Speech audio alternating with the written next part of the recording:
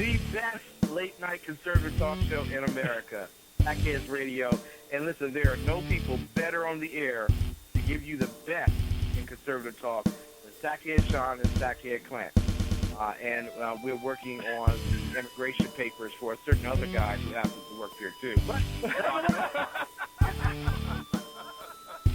for those who are tuning in around the world to the best in late-night conservative talk, Sackheads Radio. Sackheads. Sackheads. Radio. Sackheads. Sackheads. Radio.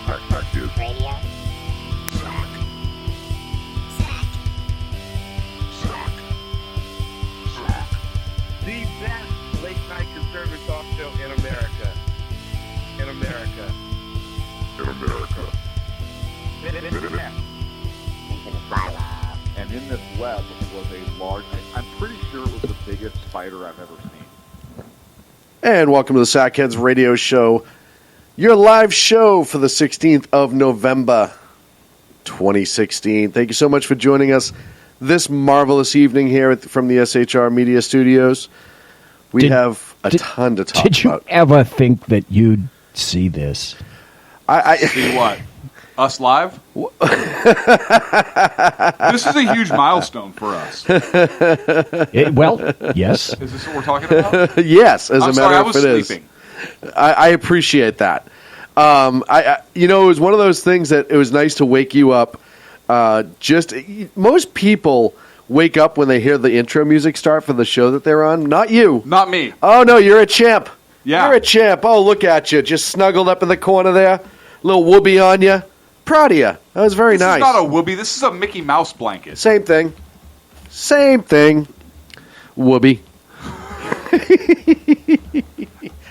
That's your nickname. Should be my nickname for you, the nosy whoopee.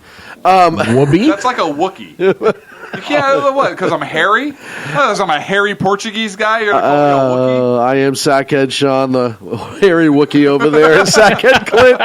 Well, at least he has hair. And the Ewok to the left of him is going to be the bloviating Zeppelin. We are the Sackheads Radio Show. Oh, wow. I can't wait till we get video. What are you, a tauntaun? I don't even... no, you know... That's the You can't say Tom Tom anymore. No, Tauntaun. No, Tom Tom. You can't say Tom Tom. No, not Tauntaun. him. T-O-N-T-O-N. Tom Tom. You can't say it Why? anymore. It's a Why? drum. No, it's an N, not No, an M. Taun. No, Tom Tom. Go back to- You guys, I tell you what. So I we mean, ha- if the Cleveland Indians can't be Indians, then you can't beat on a Tom Tom. We have to stop. But there's a difference. Right. The term tom is a percussive instrument. It's Yeah, you not can't. You're necessarily thinking of an uncle, and you can't be an Uncle Tom. Well, you can't because you're white. and you certainly can't beat one. Oh no! Oh, Not no. like a drum. No. No, not like a drum. So we've learned some lessons in the last couple of years. Right. Well, hello You to hear- everybody you hear, in you hear about chat. the LAPD card game? Uh-oh. Oh boy! 4 clubs beats a king. Oh, every time. It's, Every time. what? Every time. Every I'm here time. all week, folks. Tip your waitress. Here all week. Is that really how it's going to start? Thank you. Apparently so. Thank you. Dun, dun, dun, dun, dun, dun.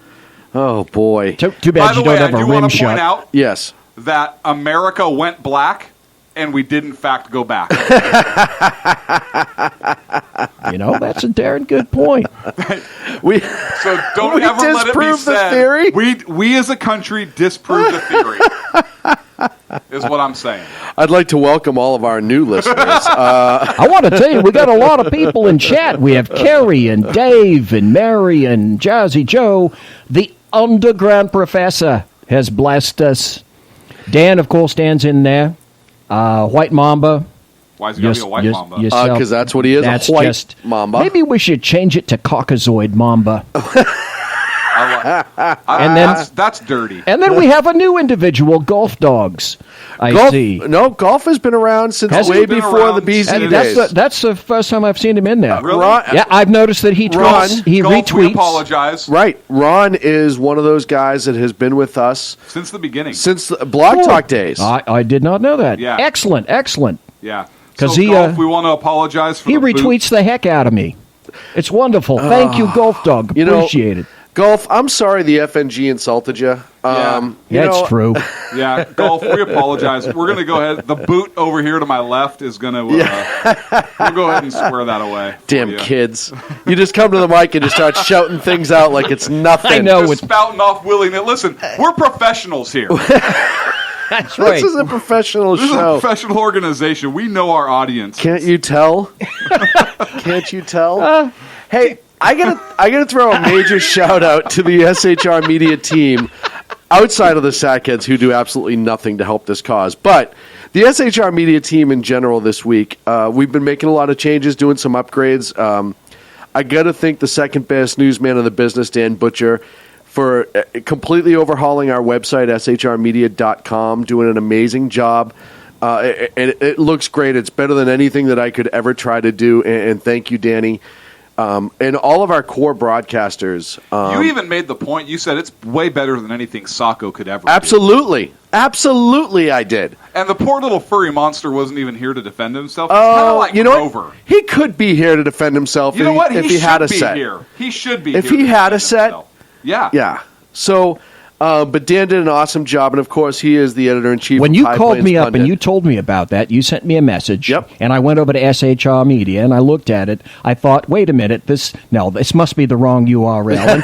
Until I looked and I saw, by God, there it is, SHR Media. It looks great. Dan, you did wonderful. Wonderful. Awesome job. And work. then we're rebranding. We're kind of re-going right now, taking advantage, if you will, on the horrendous actions of mainstream media, and understanding that, hey, you know what? We're the new media. Our platform, our format, it's not just our network. There are other networks out there that are doing a great job. But this is it. This is where media is going to come from. The alphabets. You look at the election, and I want to talk about that here in a few minutes, but they blew it. And our team here at SHR Media has been nailing it right along. And I'm really proud of these folks for all their hard work. This week especially, we've had some great ideas going around, great movement. Our Facebook, SHR Media Facebook page went from like 80-something likes to 340 in the last 48 hours. Twitter's up. Everything's what? So... yeah, to quote Jersey Joe, we're grabbing them by the website. So I think that's pretty good. So if you go to shrmedia.com, there's all new content on there, and it's really coming to be special. And thank you to everybody who helped out. I'd name you guys individual, but then I have to pay you, and it gets awkward like that. And believe me, I'll be paying Dan for the rest of my life. So, because the worst part is I was caught up with Dan from the last time he did our website when I went to Texas, and I bought him. You wanted to see a guy who can drink bourbon? Yes. Yeah, I would like. actually, I would like to see a guy who can drink bourbon. Ken McClinton, the exceptional conservative, was drinking root beer. So I'll buy him root beers all night. It's cheap, right? Why, he said it was root beer. Was it? No, it was root really? beer. The underground professor, I honestly didn't see him drink anything. I didn't see him eat anything You didn't either. see him not drink anything either, though. Well, I didn't see him eat anything, and that's only because every time we ate, Ken was there, and Ken was eating off of his plate. It was very awkward, but...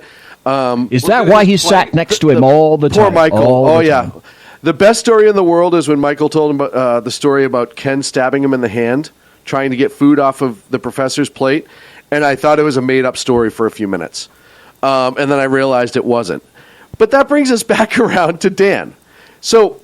the running joke, Dan said, hey, you're going to owe me a couple drinks. We get to Texas, and I said, all right, I'll buy him a couple beverages. So we go up to the bar, and he said, what are you going to have? And I said, bourbon. And he said, I'll have one too.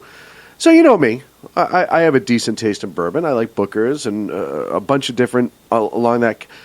So I've never seen a bartender have to get out a step ladder to get a bottle of bourbon off the shelf. Uh-huh. Oh, I would like to have seen But that. apparently That'd be Dan, fun. but apparently Dan has good taste. So after the guy, it was funny. I saw him pass a mountain goat, and then he actually had to put on a respirator because that high up, the oxygen is much thinner. Yeah, he was training for Everest, right? Right, and he gets a bottle down in which he had a sign in blood, and he brought it down, and when they poured it, I've never seen a glass glow It was just a regular glass when he put it down, but it was glowing afterwards. Well, I know why. That's because he asked for a scotch and deuterium. And then Dan shot it in one sip. So, it was worth the while. But seriously, these guys are doing some great work, and we really want to bring SHR and all of our associates in our shows up to the task. It's time to take mainstream media to task. We have a new administration coming in, one that all indications point that they are going to be much friendlier to folks of our platform who actually saw through the bullshit of mainstream media for the last couple of years, certainly during the election, and was reporting what was really going on. So that's our goal here so far at SHR Media. As far as sackheads, we're going to be just as annoying as always. Nothing much is going to change there. No annoyance going away. We're going to add some shows hopefully here. BZ's getting ready to break off into his own show and hopefully still join us on Wednesday nights. But I would love to. My plan is to put you to work 5 nights a week. Maybe every once in a while he can join us. Well, Wait a minute, that shit's not funny. I don't know. I thought it was a friggin' riot. Hey, thank you. That's pretty good. As a voting member, I think it's 2-0 right now. Yeah, right now. 2-0 right now. It's because the third voting party is he's an absentia. He's an abstentia, and it doesn't really matter. Abstentia. Right. It doesn't matter what he votes anyways, because you and I He's always vote outnumbered. together. It's outnumbered. The best part is he doesn't see how much money you pay me to vote with you. Or coincidentally, how much money from the network we spend that he's 1/3 liable for. To buy off my vote. Right. No, because that'd be criminal. I don't use company funds to buy off your vote, Sean. Doesn't really matter at this point. Let them check the records. You know what? As a matter of fact, I implore that they come down with as many agents as they possibly can. Line up through the door, and then I'll pull out the receipts. Oh, good time. So thank you to everybody. And once again, High Plains, Danny Butcher, for doing an outstanding job. You bet the site looks fabulous. And I went over to Jersey Joe. Nice job. Yeah, oh, gosh, yeah. So Reaver.1 has been overhauled yet again, and it looks amazing. And that's, of course, Jersey Joe's website. A great job there, too. So we're bringing it, folks. I don't care what anyone says. We bringing it. Ken, did I say that right? I hope so. Anywho, how you doing, my friends? Oh, I'm doing amazing. Yeah? Yeah, I'm doing amazing. So I had a mini rant today. Oh, I always love these. I'd like to hear. You've heard this rant before. I've heard a lot of your rants plenty of times. And let me give you a hint of what my rant was. I actually made a reference to Disneyland and people using the special line. Yes, we've talked about this before. We've talked about this a few times. Right. Times that I should have been insulted, but I'm realistic, so I'm not. Right. And so we Fat saw shaming. something. Sorry. So I was in a lunch line. Funny, me too. It's weird how that happens. I was in a lunch line today. Yeah. And somebody came through who felt a little entitled, who said that they couldn't stand in the long line because of their disability. What? Oh, are they okay? Are they okay? Was it obvious? That is not a freaking disability. Oh, that's what it was. I'm sorry. You're not insulting me. I agree with you. Even though I am fat, I still agree with you. Look, I'm not talking about fat people, but it's not a reason for you to go to the front of Pirates of the Caribbean. Especially when you can't fit for one. It's not, and then to bring your 23 frickin' family members. Right. If you can't stand up for 3 minutes in a lunch line, first of all, you probably shouldn't be there. Second of all, it's not my frickin' fault. Park your rascal in the corner and get your ass up and walk into line. Dude, I told you I was having a bad day. I don't care, Sean, and I wasn't going to dime you out on this. First of all, why are you getting a government-subsidized rascal? Because they go faster.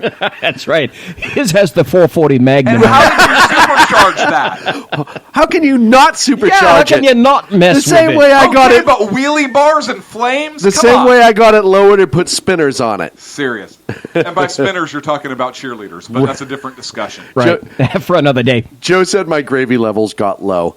It does happen, unfortunately. You must have known where we were in the lunch line together, 'cause that's funny. What's for lunch today? Gravy. Perfect. Were you at one of my favorite places? Yes. Were you Yes. with the roast beef? It actually was roast beef today. Funny enough. Yeah. Well, I was in a different place, and and I don't want to name the name of the establishment. okay, I thought it was Bud's. No. Okay, It wasn't. Because if you're ever in the Sacramento area and you need a real roast beef, if you're an East Coast guy and you want a real hot roast beef plate, and they're not paying me, and I don't care, Bud's Cafeteria in downtown Sacramento is outstanding. Yeah. No, it was not Bud's. it was somewhere that else to be named off air. Oh, the other thing I can't stand in line. I'm still angry about this. Carrie, and I know you can't read, so I'll read it over to you, said that she actually had to work on a disability case for a congressman, and people who claim that they were too fat to work and needed government disability. You would have been great at that job. Oh, I deny every single. I'd one like of to them. see. I'd like to see that. I deny every freaking single one. I'd like to see Clint's interview for that. Mary says she is, quote unquote, this close to getting a government subsidized rascal. She's in the chat room.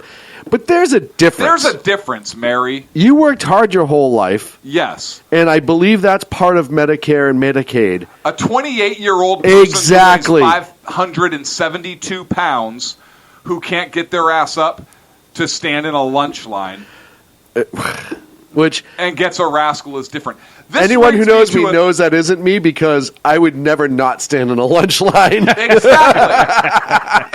and this brings me to another point. I also want to go on a rant about the 23-year-olds I see rolling around the grocery store in the retard carts. I'm not allowed to say that, right? Those motorized. Did I beep that? Yeah, you can believe that. Have you actually? You have actually seen that? Oh yes, Yes. I've actually seen Yes. that. Sean, Kids- as a matter of fact, Yes. we have Yes, seen that we together. have. And I talk the most crap when I see that. A kid in one of the little motorized Well, things. a 23-year-old adult. Good God. Oh yeah, driving around thinking it's the coolest thing ever. Those are meant for people with legitimate disabilities, Right. right? Yeah. Those are meant for people that can't walk around a grocery store for an extended period of time, Right. or anything of that. Those are made for the people that we say when we talk about people that we will take care of. Absolutely. That's on the list of people that we will absolutely take care of. People who are legitimately handicapped, Absolutely. that usually through no fault of their own have to live with that disability. And those are the folks that we should be helping on a regular basis. Right. And we have no problem. So please don't take. Anybody that knows us knows that this is not the case. I'm not saying that people with legitimate disabilities aren't obviously shouldn't get assistance or have certain treatments, because they should. You know, the person with the family that's at Disneyland who has, you know, 2 broken legs, yeah, they shouldn't have to stand in line. I Right. have no issue with that. No, Right. no one would. Or you know, hey, if a grocery store wants to supply an electric cart to make grocery shopping easier for disabled people, then fine. I'm very sensitive to that. I spent when I was in 7th or 8th grade. When I was in 8th grade, I spent 3 months of my life in a wheelchair. Mm-hmm. I had something pretty significant happen, and it's so I have a very specific viewpoint on that kind of stuff. I agree. And that's why I get so worked up over this issue. I think that's why I got so worked up over the issue today, and why I get so worked up when I see that other grocery cart as well. Well, and you know as well as I do, and I've talked about this before, for me, false disability drives me insane. My father, for the last 8 years of his life, was a double amputee. Mm-hmm. Vietnam vet. He was a cop his whole life. Diabetes chopped him down, literally piece by piece. And when you would try to use the present handicap assist on one level or another, either parking, the motorized carts, sometimes the wheelchairs, whatever. More often than not, they were not able to be used because somebody else was using them. And then you see that person whizzing around, Stop and Shop in Malden, with a cast on their arm, 26 years old. And I'm like, wait a minute. Yeah, your wheel is fine, dude. Not Right. your arm. And I've had arguments with people. Handicap spots? Oh, I've had arguments with people. And luckily, my old man was pretty good about the fact that he didn't want the special treatment per se, right? He was a doer his whole life. I was the one who was like, you're not going to walk an extra 75 yards when we should be able to park there. Yep. And then you see some schmo come out of the pharmacy that we're going in to get one of my father's 5,000 medications, come bopping out like it's nothing, jump in the car and go. Or jump in the car and then have an asshole at their window screaming at them, which was usually me. I like Dave's comment in chat. He says he really wants a guide panther, a guaranteed seat on a city bus anytime. I think that's a great idea. And Agador brought up a good point. It did take blind folks a long time, and Agador is blind, Dave, a long time to get guide dogs accepted on an official level. And even with that, there are still some places that give a hard time. I talk about there was a bar, what was it, last year?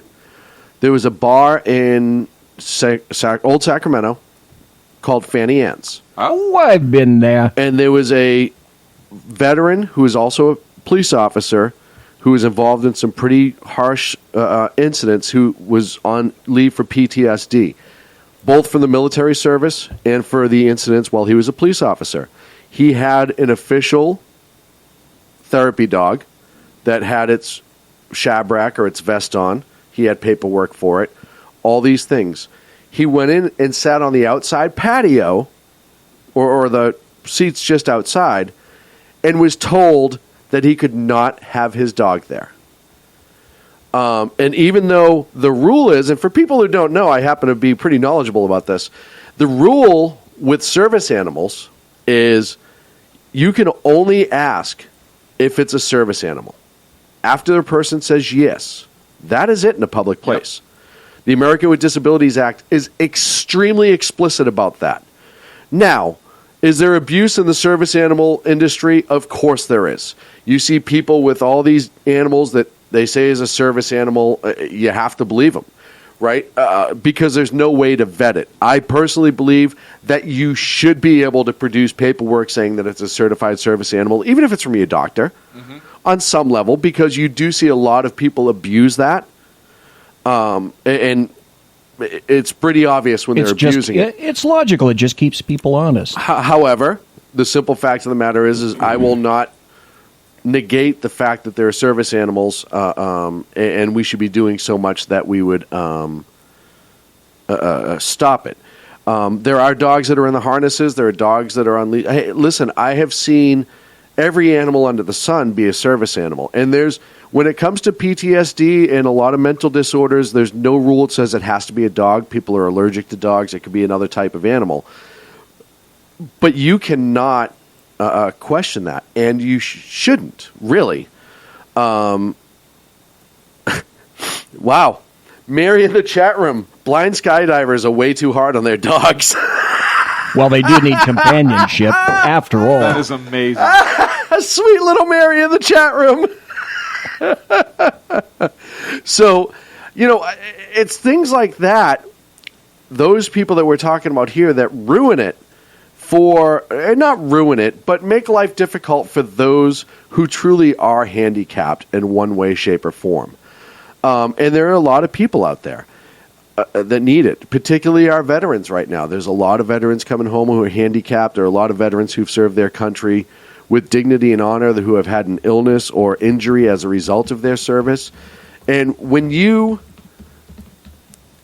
are the fat guy holding up the liner and the rascal and all the other stuff,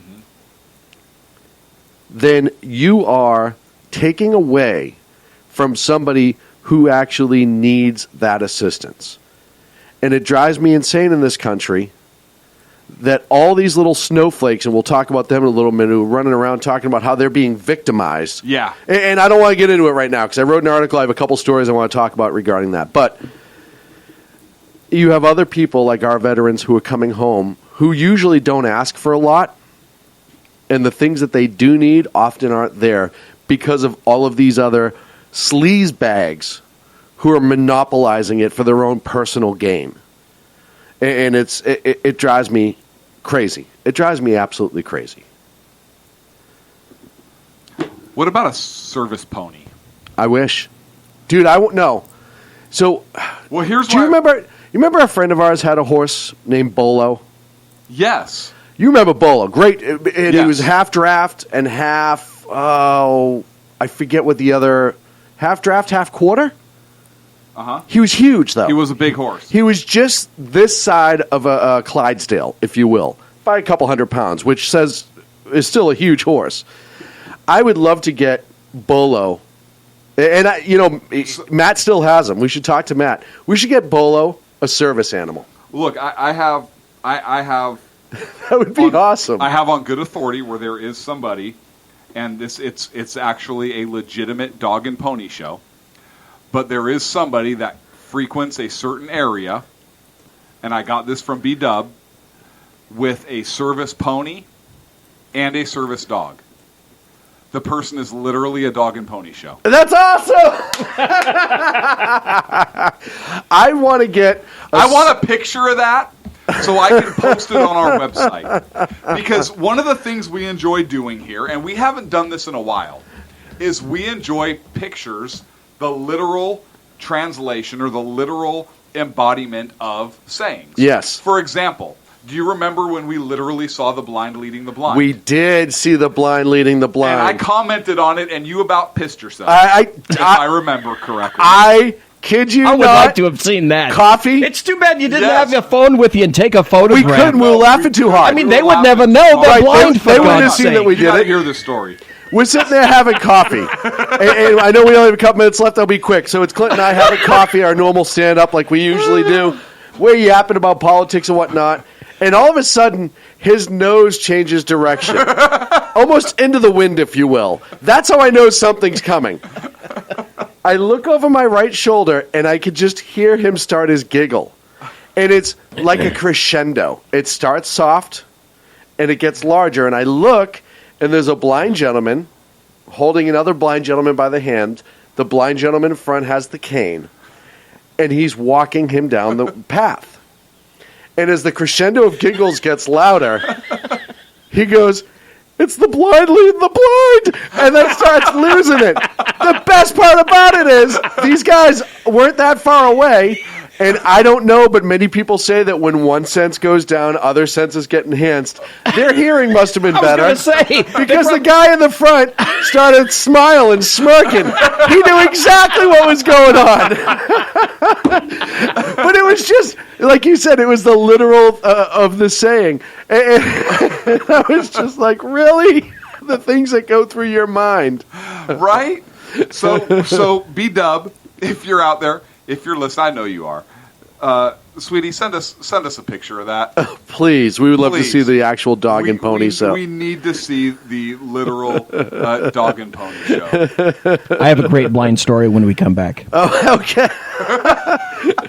All that man. news. When And we you're come gonna back. you're gonna keep us in the dark to the other side of the break. Fine. Yes, I am. Okay, we can do that. It's called a teaser. By keeping us in the dark, Ken, that was in no reference to you. We'll be back here on the Sackheads Radio Show live on the SHR. Well, that Media was Network. 2/3 of a reference. Media done right.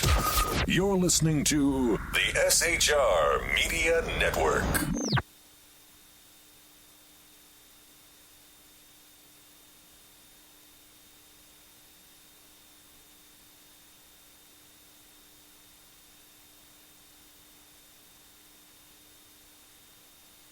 Hey, it's Sean from the Sackheads Radio Show, also one of the owners here at the SHR Media Network. Are you opinionated?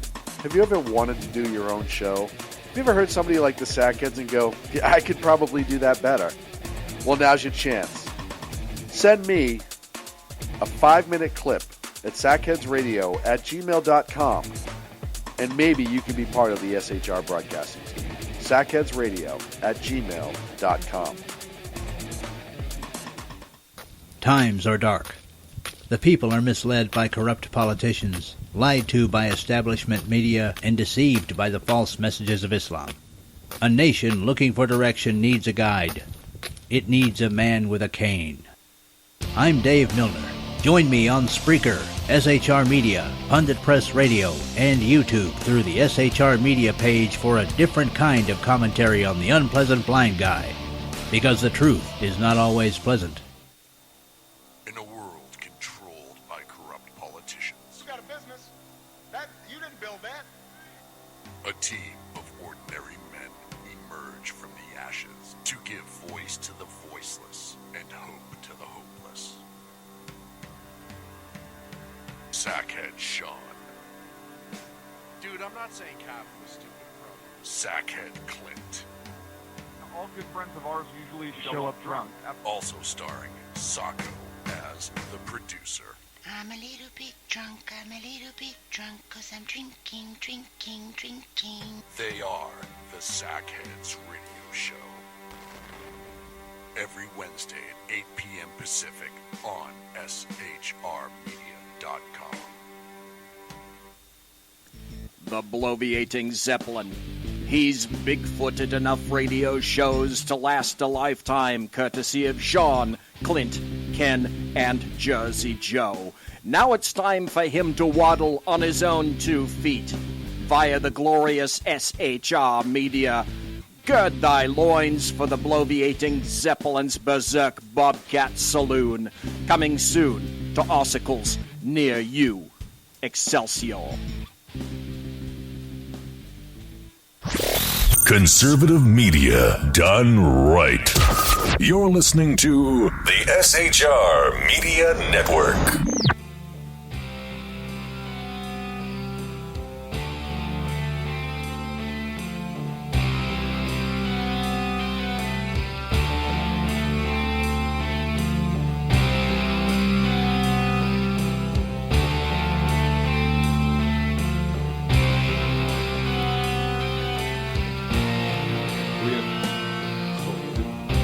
Talk about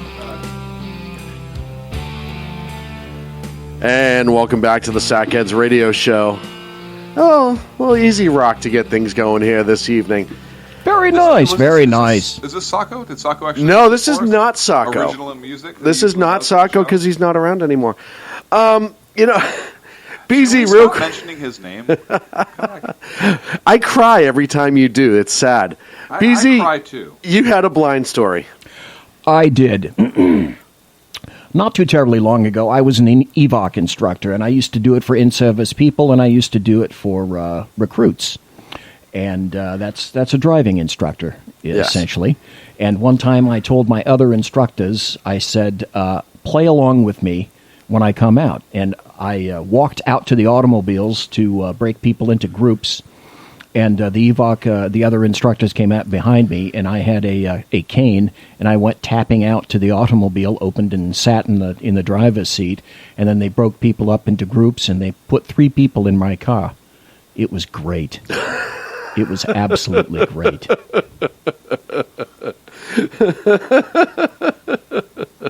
Okay, that was it. All right. All right, moving. Okay, moving right along. Moving along. So I want to talk a little bit this segment about just the left's major implosion. Since the general election last week, in which Donald Trump became the president-elect. And, the mainstream media, and we could talk about all the little snowflakes, and I put a post up on SHR Media essentially saying, hey, these people are programmed to respond like this at this point. You have mainstream media telling them that they were going to win no matter what. Yep. You have their parents and everybody around them telling them that they're special and everything they do is right and they're going to get a trophy no matter what and they can never lose. You have these education systems, including higher education, quote-unquote higher education, telling them that they can do no wrong, that their side is going to win, et cetera, et cetera. I actually had a conversation earlier this evening with Carrie Donovan real quick when we were talking about some of the things, but I got into how the left is very much like the Nazis in a lot of way, that they're starting to control media, they're getting to youth young. We've talked about this once or twice before, but if you follow the rise of Hitler and the Nazis, they did a lot of these things. They started attacking a group of people, in the Nazis' case it was the Jews, as being these animals and telling these horrendous stories that weren't true, but they did it a very Alinsky-like way. You keep repeating it until people start believing it.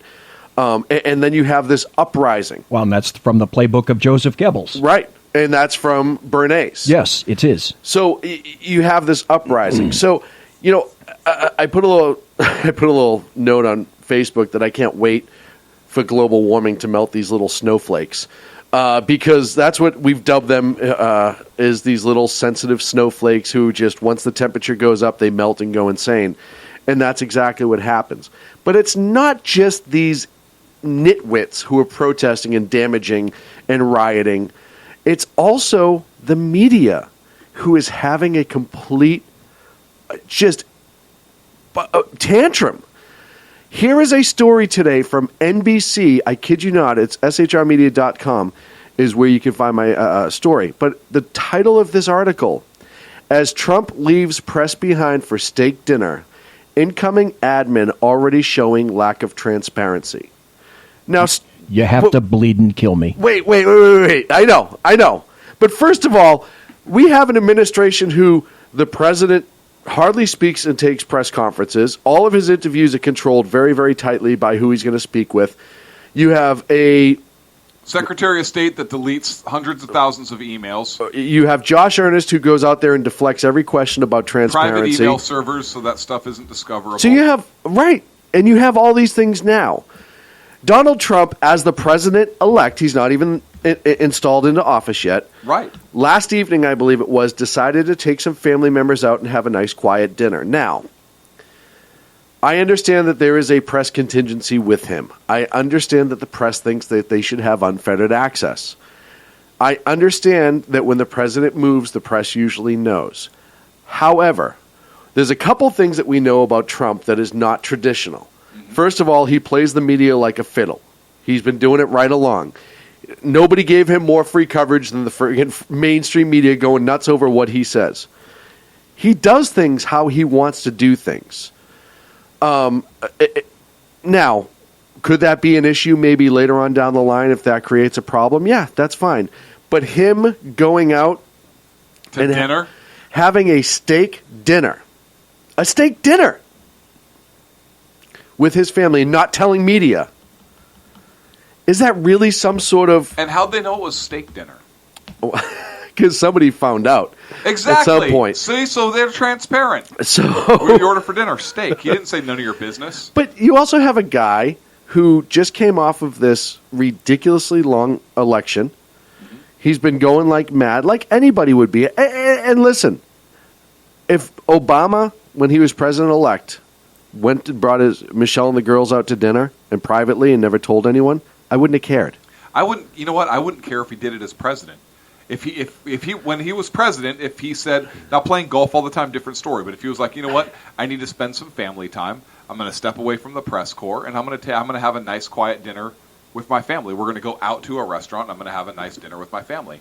I wouldn't begrudge the man that as a husband and as a father. Yeah, it's just kind of a normal thing to do. And listen, how many times did Clinton disappear from the White House and get a BJ from an intern and go for a jog with just like 2 or 3 Secret Service members and show up at a McDonald's or a Starbucks legitimately, interns aside, he did it all the time, right? Because that was the only way he could get away from the diet food Hillary was forcing him to eat, and he could show up at a McDonald's. As a matter of fact, it happened so much. SNL, the great Phil Hartman, did a skit on it. Loved Phil Hartman. Way too huge early. Loss to the comedy world. Huge loss. Terrible. So now you have them already pissing and moaning about lack of transparency. Now, we've heard everything about the transition team, the changes they've made, this, that, and the other thing, and we could talk about that in the next segment. But the amount of ridiculousness in this is out of control. Yes, they're going after Melania. Mary Brockman brings it up in the chat room about the jewelry that she's wearing from her jewelry line. while she does an interview. How many times has Michelle been on these tremendous vacations? Well, yes. Right? It cost her millions of dollars, and nobody says boo about it. And not family vacation. Her and a couple friends. Or Hillary Clinton's wearing $12,000 coats. Right. Right, that look like potato sacks. Riddle Kim. You know, so... August 16, 2012, Obama stiff arms White House press, fields questions from Entertainment Tonight and People magazine. Exactly. How quickly we forget. Exactly. And then, on top of it all, so you have all this outrage from NBC. We get a letter from the National Press Club, the president of the National Press Club. His name is Tommy Burr. He decides today he is going to scold the president-elect. And I want to read this, if you will allow me. Dear President-elect Trump, we, a group of diverse journalism association representing thousands of journalists from the national capital to every quarter of the country, by the way, they don't represent us, begin this letter on a hopeful note. Your administration is a blank slate, and we are eager to work with you to perpetrate one of the nation's great strengths, our freedom of the press. Bullshit. Bullshit. As the leader of the free world, we expect that you will preserve longstanding traditions that ensure coverage of the Trump presidency. The idea of a press pool that covers all of the president's movement is one that dates back to Franklin Delano Roosevelt administration. Every president of both parties have treated this important tradition with respect. The role of the press pool is critically important to our country, whose citizens depend on and deserve to know what the president is doing. This isn't about access for the press itself. It is about access for the Americans and diverse communities across the country. Your constituents receive information from a variety of platforms and learn about what the president is doing. Being president is an enormous responsibility, and working with the White House Correspondents Association to ensure journalists' access is one small but important part of that. We call on you to commit to a protective press pool from now until the final day of your presidency. We respectfully ask you to instill a spirit of openness and transparency in your administration in many ways, but first and foremost via the press pool. Yeah, how about F you? And when you start treating me fair, yes. Right. Look, so I do agree that I do agree that president when Donald Trump is president, when he's installed, he should be transparent. I agree with that. Look, I'm not going to hold him to a different standard than I held Obama about the things that he can be transparent about. Not about military secrets, not about intel, not things like that. But things he can be transparent about or should be transparent about, like, does your Secretary of State have a private email server? Yes, I found out about it and I squared it away. Yes, you know, and are you using taxpayer funds? Are you yes, well, I mean, whatever it is. So this is things I have that expectation of this president, just like I had of President Obama. But the press then has a duty in return, and if I were in Trump's inner circle, I'd say, you know what? We need to draft a response to this, saying we agree that we need to be transparent with you. We understand the importance of the press. However, your job in the press is to be fair, report information to the American people. So, and then give a counter letter explaining what their frickin' job is. Right. Yes, it's a two-way street. And his expectations. That's what I would advise the president to do. Well, and furthermore, when it comes to personal matters, it's different from presidential matters. You just nailed it right there. Yes. When you're talking about politics or what happens with regard to the country and policy, etc., yes, you would expect fully that the press would be there covering what the hell difference does it make if they don't get invited to dinner. Boo-hoo. So now via Jersey Joe at Reaver.1, I want to bring you back to 2008 from Politico. Obama gives press pool the slip. President-elect Barack Obama left behind a pool of reporters assigned to follow him this morning when he and his daughters Malia and Sasha headed to the Sea Life Park, a maritime park near Waimanalo and Bellows Air Force Station. Sorry, I'm white.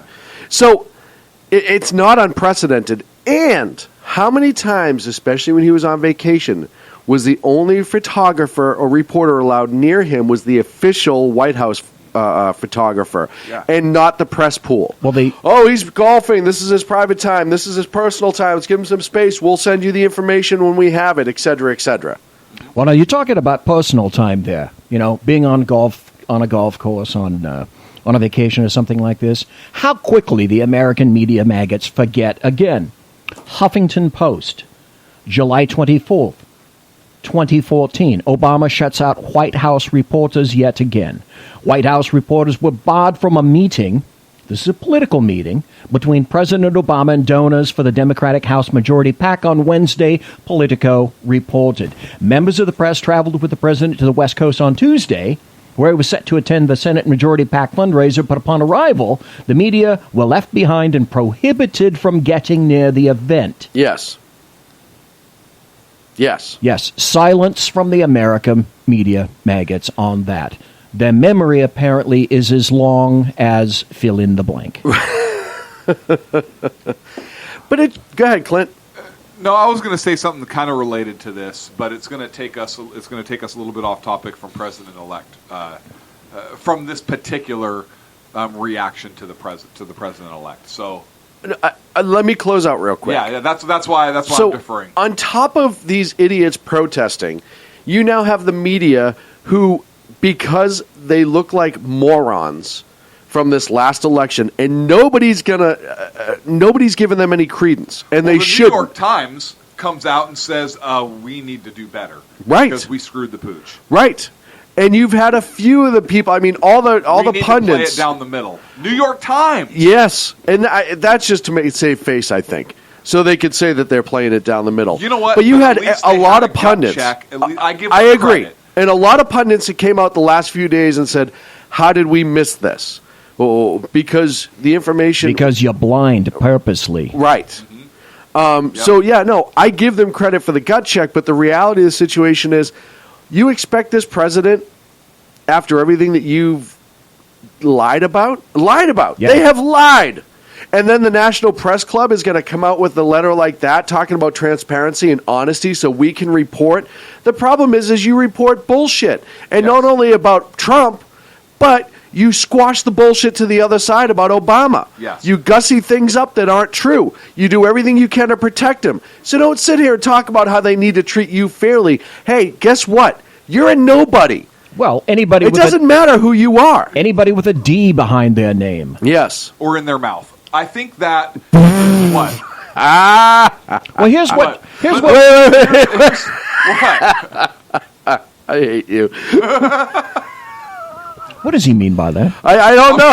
I'll show you. I don't know, but he obviously has a point he wants to make. Look, this is why I think Sean lost it.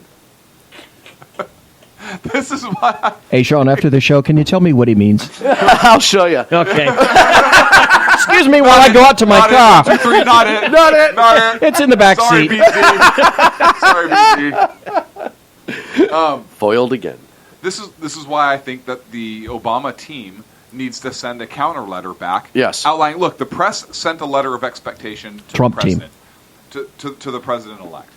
Oh, okay, it's kind of a double standard. It's kind of funny, but you know what? Should the president-elect be transparent when he's president? Yes, he should be. So I'm going to agree with them on that point because I hold him to the same standard as Obama, right? But I think it's a little ironical, to quote Big Fat Pauly. I think it's interesting. That being said, I think if the Trump team sends a letter of expectation back and publishes it publicly, that would be amazing. Now, can I? We have 10 minutes, and I want to get to kind of a similar story. Go ahead, because it has to do with snowflakes. There have been schools, colleges, particularly. I know of some in Iowa that have had.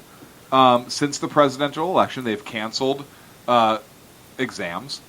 They've had cry-ins on campus, publicly funded. Yeah, tax dollars at work. They've brought in therapy dogs. Yes. They've had counseling sessions. I have a list if you want to hear it. The cry rooms. Kids can play with Play-Doh.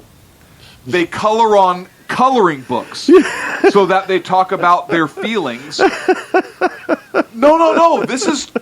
I'm not making No, this up. Like I say, I have a list specifically who and where right there. Yes. I'm not making this No, up. I know. Not at all. But It's all over the place. There is a state Republican in Iowa by the name of Bobby Kaufman who says he's going to introduce a, quote, suck it up buttercup bill in January. Yes. I saw that. That is going that to was grand. cut public funding to these schools that are hiking tuition. They say they don't have funds and everything else, and yet they're paying for these frickin' programs because Trump won. Yes. Well, are you in these universities? These are supposed to be schools of thought, schools of open discussion, schools of debate. Producing the men and women of tomorrow. Right. They're producing freaking crybaby sissy. Where this has is our future? Where has our constructive thinking gone? And more importantly, instead of teaching them how to rebound when maybe your side doesn't win, like, hey, you know what? Here's what we have to do next time. You pull your bootstraps up. We have a better plan. Maybe we don't run a candidate that's a complete criminal. Whatever it be, instead of turning it into, to use one of their terms, a learning moment, they're teaching them that you could just implode when life gets too hard on you. Prime example, and we got an email from my son's school district talking about, hey, we know there's some, because of the election, we know there's been some incidents of bullying. Staff is on hand. We'll deal with it appropriately, not tolerated, et cetera, et cetera, et cetera. Nothing too in-depth, but just to say, hey, we acknowledge the fact that there may be, this was such a polarizing election that there may be some hard feelings. Okay. Then you push on down to other school districts, i.e., the City of Davis Joint Unified School District, who sent out like a 15-paragraph letter about all the different services they will be offering students, from counseling to therapy, all the stuff, Play-Doh sessions, et cetera, that you were talking about, and blah, blah, blah, blah, blah, blah, blah, blah, blah. The reality of the situation is, why don't you teach them that sometimes you don't effing win? And you have to take off your panty waist and put your big boy pants on, or big girl pants, however you want to look at it, and face the fight. Yep. They went back to infantilism. Beyond it. Let me tell I you. don't know what's beyond it, but beyond it. Let me tell you a story I had from my wife today. She works for the state. People were walking around her office today. These are adults with safety pins. Oh! Pinned to their shirts. These are adults. The University of Michigan offered its traumatized students coloring books and Play-Doh to calm them. The University of Kansas reminded its stressed-out kids that therapy dogs, a regular campus feature, were available. Cornell University, an Ivy League school, held a campus-wide cry-in, with officials handing out tissues and hot chocolate. Tufts University offered its devastated students arts and crafts sessions. Campuses from elite Yale to Connecticut to Iowa and beyond, professors canceled classes and or exams, either because students asked, why didn't I think of that when I was in college? Or because instructors were too distraught to teach. Too distraught. The instructors. And the best part is, I wrote an article the other day about, and I'm going to see if I can pull it up, because I gave a couple of examples about what these kids believe. And one of them that social media is pushing. Are you ready for this? And I'm ready for anything. This is why these idiots, I weep for our future. I weep for a future. So I titled it, the article Losing with Dignity, and I talked about how Van Jones called it a white lash when Obama won that night. But then I went on to these idiots. You have a city councilwoman in Seattle whose name is Kashmana Sawant, who's telling people to go ahead and interrupt the Trump inauguration, because that'll work out well for you there, sweetheart. What a great idea that is. Oh, and you're an elected official telling people to commit crimes and encouraging it. So if there is, in fact, some sort of incident at the inauguration, and maybe, just maybe, can you be charged with maybe accessory before the fact? Because you instilled the seed of criminality in them? That's neither here nor there, you idiot. But the other thing that's going around on the internet is The Purge. Have you ever heard about The Purge? So The Purge was a movie in 2008, and then a follow-up movie in 2012. Oh, in which right, you right, had right, 24 right. hours Yes. or 12 hours of no laws, blah, blah. And it was done by the administration in the movie in order to essentially kill off some people. People on the internet are now believing that there will be a purge from the Trump administration. Not an exaggeration. There are people who very much believe that the purge is coming, and they are planning on it. And it's not just a couple people on social media. There are YouTube videos. There are all these things of people who honestly believe that the purge will be enacted in this country. Birthers. The leftist equivalent of birthers. Shit you not. That is the people who are going to someday be in charge of something on some level in this country. If this does not scare the absolute hell out of you, I don't know what does. Then don't buy a gun. What about social media? All the people that were attaching their names just on Twitter. I wrote a post about this. I put up so many photographs of stills of people threatening to assassinate Donald Trump, not hiding, but behind their actual names. Yep. And every one of those, guess what, boys and girls, that I saw, I went at U.S. Secret Service and forwarded it to them. One of those particular individuals lost his job today. Good. He was a former CEO. Good. Who advocated the outright assassination of Donald Trump. So it's okay for Donald Trump because he's white. Can you imagine had these little snowflakes the temerity to do that in 2008 and 2012? No. Any president. Any one. Right. And that's the thing. You go over to, I believe it's the Guardian, the website, the Guardian website. Her name is Monisa Rajesh. She is a journalist for the Guardian, or was, who tweeted, "It's about time for a presidential assassination." She also has been fired as a result. I also want to see if there will be criminal charges for even threatening the president's life. It amazes me the amount of insanity that is coming out of the left right now. And this election has truly brought to the table their true colors. This is what the left absolutely wants. Kalen Rahim, all you Worcester gangsters and whatnot, you clearly have a mission on Wednesday. Kill Donald Trump. Ali Shula, I would kill Donald Trump if I got the opportunity. These are people under their names. Right. Not even hiding. $60K to assassinate Donald Trump. Right. Hit my DMs, please. This is out of control. And when we talk about what inspires the left and who the left is, this is the left. These protests, these schools, these threats, this is the left. This is exactly who we've been telling you they have been for years, but now you're showing it on the forefront. And I know the left and Soros and all the people that he's paying, and I'm wholeheartedly believing that he has a lot of money behind these protests right now. They're all going to tell you, oh, those are just a couple of bad actors. How many thousands, right? These protests are still going on. But it's not done, even if they peter off for now. Guess what's going to happen in January when the inauguration comes around? These protests are going to explode by and large. And I forget who sent it to me. No, I don't. It's my brother-in-law, Dennis. Said to me, if the left gets to act like this every time they don't win, then there should be zero question about what kind of gun I can carry and where I can carry. This is the trade-off. Because if they're going to riot, then that means it could happen anywhere. I should be allowed to defend myself. Brief story, and there are several states now that actually have a right to conceal carry with no permit. Right. But brief Idaho. story. Did you see the Florida out of the story out of Florida? Yes, the sheriff's deputy. deputy. Deputy who was in pursuit of a vehicle. Vehicle stopped. Guy gets out, is pulling the deputy out of the patrol car, beating the crap out of him. I think the person was armed.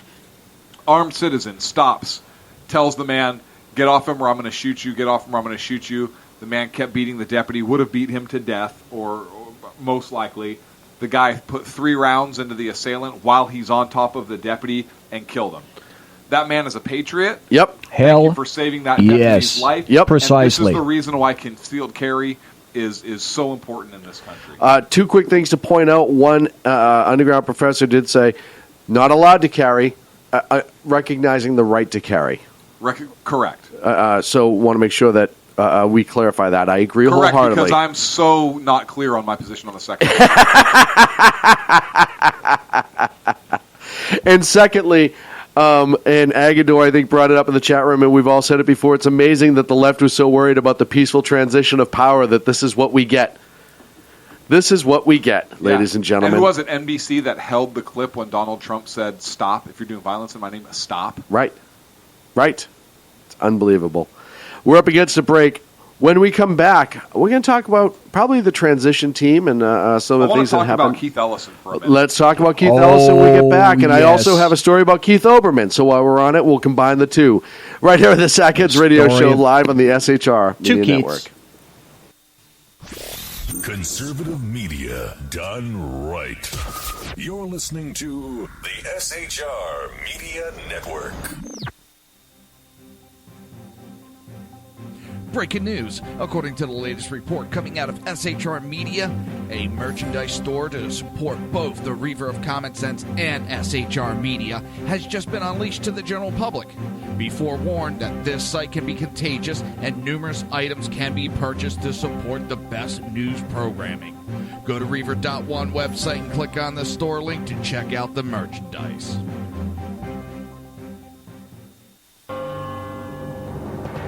Hello, I'm Matt, a student at Hillsdale College. Here's Hillsdale President Larry Arnn on the continuing relevance of the Constitution. Many argue today that the Constitution is outdated because it addresses problems peculiar to the 18th century. Some parts of the Constitution do read rather quaintly. Consider the injunction against titles of nobility in Article 1, Section 9 of the Constitution. But is that so outdated? The purpose of the injunction is to prevent the government granting special privileges to some for partisan reasons. This strikes at the heart of the rule of law. The crony capitalism so common today is a place where the government bestows favors and tax dollars on some businesses to give them a leg up over others. This is exactly the kind of thing the Constitution was meant to prohibit. The Constitution is not so outdated after all. This Constitution Minute was brought to you by Hillsdale College. To join the national conversation on the Constitution, go to constitutionminute.com. Times are dark. The people misled by corrupt politicians, lied to by establishment media, and deceived by the false messages of Islam. A nation in confusion needs a guide. It needs a man with a cane. I'm Dave Milner. Join me on Spreaker, SHR Media, High Plains Talk Radio, Live Rebooting Liberty, and YouTube for a unique brand of commentary on the unpleasant blind guide. Because truth is not always pleasant. In a world controlled by corrupt politicians, You got a business. That you didn't build that. a team of ordinary men emerge from the ashes to give voice to the voiceless and hope to the hopeless. Sackhead Sean. Dude, I'm not saying half was stupid, bro. Sackhead Clint. All good friends of ours usually show up drunk. Also starring Sacco as the producer. I'm a little bit drunk, I'm a little bit drunk, 'cause I'm drinking. They are the Sackheads Radio Show. Every Wednesday at 8 p.m. Pacific on SHRmedia.com.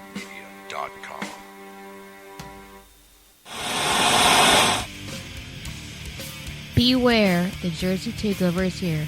Every Monday through Friday, 11 a.m. to 1 p.m. Eastern Standard Time. You can catch the Reaver of Common Sense show, hosted by Jersey Joe, right here on SHRmedia.com and HighPlainsDailyNews.com. Only Jersey can deliver hell like no one else, so consider this your fair warning.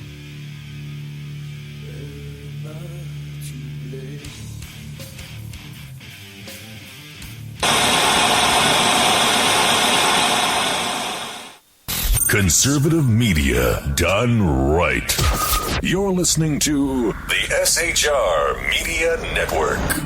And welcome back to the Sackheads Radio Show live on the SHR Media Network. I appreciate you guys sticking around with us this evening. The best underline italics Absolutely. in late night conservative. Best.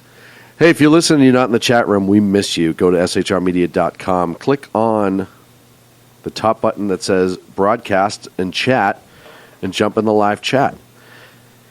Clint, you wanted to talk about Mr. Ellison, the future of the Democrats in the House. I do. Are you familiar with the definition of treason? Anyways, I digress. What?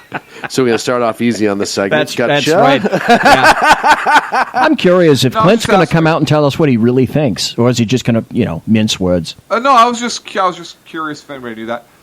Keith Ellison. Does anybody know who this guy is? Look, some people do. If you're paying attention, you know exactly who this guy is. He was, particularly if he came, I think it was around 2009 when he was arrested for civil disobedience in Washington, D.C., when he was protesting the Darfur, not going to work here anymore, in Washington. Civil disobedience. This is a United States representative. Great movie. Arrested for civil disobedience and kept his frickin' office. Well, yeah. Anyways. Hey, you do realize that you can't just swap out offices. Right. Thank you. I just wanted to make sure we're clear on that. Right. By the way, because he was arrested with other members of the House of Representatives, if I'm not right. There were like 4 or 5 other Democrats who were arrested also. Were they also charged with conspiracy? Well, here's what I'm getting at. Because that was on federal property, if I'm not mistaken, correct? Yes. Which means they were violating a law of the United States. Yes. Correct? Yes. And so when they were asked to leave an illegal protest, they were in fact delaying the execution of that law of the United States, correct? Correct. Huh. And if they were doing so in such a manner which was inciting, right? Then they would be doing so by force, or basically some threat thereof, potentially. Force or threat? Threat of force? Huh. That may have met the definition of seditious conspiracy, but I don't know. Like I'm not a legal scholar. I mean that's right. You're not ambulance chaser, right? 18 U.S. Code 2384. If anybody wanted to look it up, I don't know. I'm not a lawyer. I'm not an attorney. I wonder if somebody told them not to pursue any further charges. I'm concerned that perhaps this individual shouldn't hold office anymore. But that's not all I find concerning about this man. Mm-hmm. He has some alleged Muslim Brotherhood group connections. Yes, and through care, because he's a Muslim. He was sworn in. Exaggerated. He was sworn in on a copy of the Quran. On the Quran. Which I don't look. That's fine. Okay, if you're a Muslim, that's your faith. You're peaceful. That's fine. I mean, I'm not going to begrudge. I mean, this is the United States, right? I'm not Loves Louis Farrakhan. I'm not. But see, now we're starting to talk about a different problem, right? He's got numerous. He's got numerous. This is a different animal. This is an individual who is elected to public office. He has taken an oath to faithfully defend the United States Constitution against all enemies, foreign and domestic. We are at war with radical Islamic terrorism. Last time I checked. The Muslim Brotherhood is a organization that is tied to that, if I'm not mistaken. Yes. Hamas is a terrorist organization. Last time I checked. If I'm not mistaken. And yet he has these ties to some of these groups. Muslim Brotherhood is not named as a terrorist group by the Obama administration. Weird. No. By the way. Weird. How right? strange. Weird. Even though, but even though we did in fact go out of our way to make sure that they were removed out of power in Egypt after they started to kill everybody. Yeah, well, they must not have been very serious then. They're not that serious, the terrorist group. So he spoke. He spoke at a convention of the Islamic Society of North America. The Islamic Society of North America has ties to Hamas. So does CARE. Okay. How strange.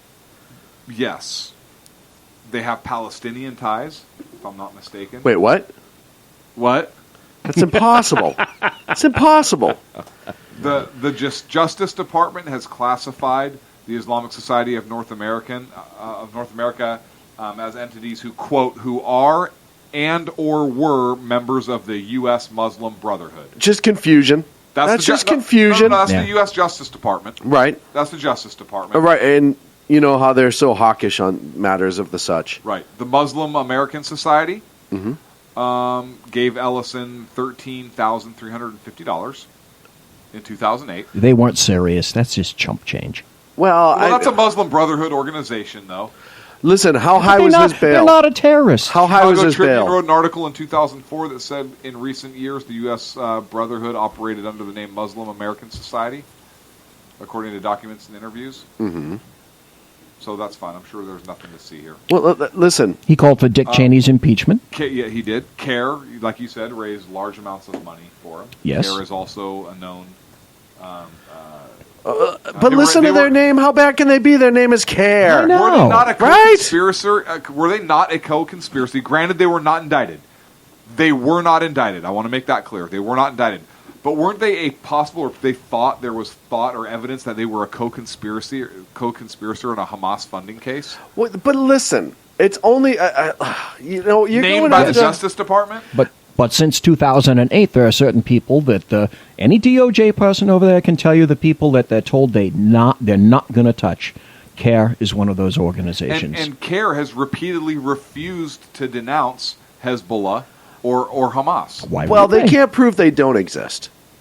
Right.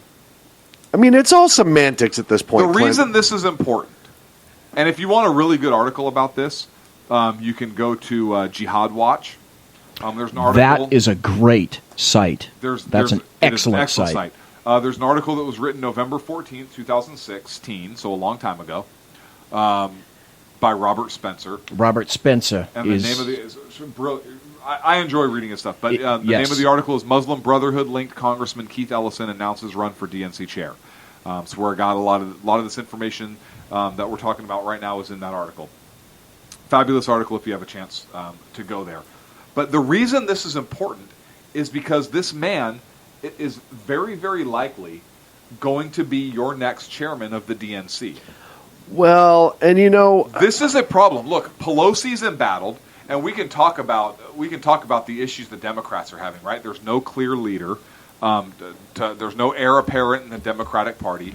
The Democrats got their asses whipped by a bunch of nerds, to quote John Goodman. Right? You just got your asses whipped by a bunch of nerds. And that's what just happened. And the Democratic Party, instead of realizing that the reason Trump won that election is because the working class and the lower class, the underprivileged white voting bloc in this country, and a lot of the black voting bloc too, because he got a lot more. 34% of the Latino vote went to Donald Trump.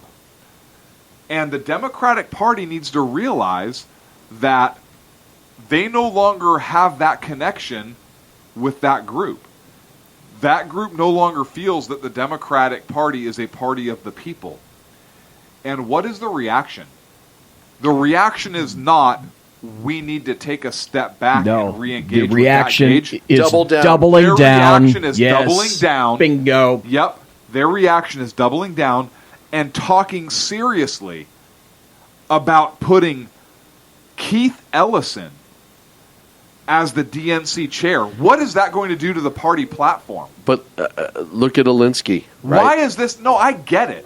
We've talked about this, but why is this man even allowed to hold a seat in Congress given these ties? But first of all, though, you're acting like it's insane. You now have Barbara Boxer coming out and trying to enter into for a vote to destroy the Electoral College. They don't care about the system. That would need to be a constitutional amendment. Right. But what I'm saying is the left is so blind. Look, they're so blind to reality that they will put this guy in. They will double down on it. Yes. And that's, you know what, at this point, great. That's not great.